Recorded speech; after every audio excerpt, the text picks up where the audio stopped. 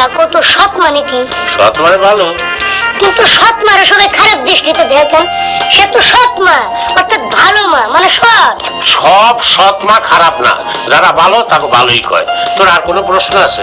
আরেকটা প্রশ্ন আছে, আচ্ছা না বকশিস কারো কয়? খুশি হইয়া যদি কেউ কারো কিছু দেয় তারে কয় বকশিস। কিন্তু না সেদিন তোমার অফিসে দেখলাম তোমার পাশের সিটের অফিসার এক ভদ্রলোকরা বলতেছে যে এত কষ্ট করে আপনার বিলটা ফাঁস করে দিলাম, আমার ঈদের বকশিসটা পরে বেচারা ওনারে কিছু টাকা দিল।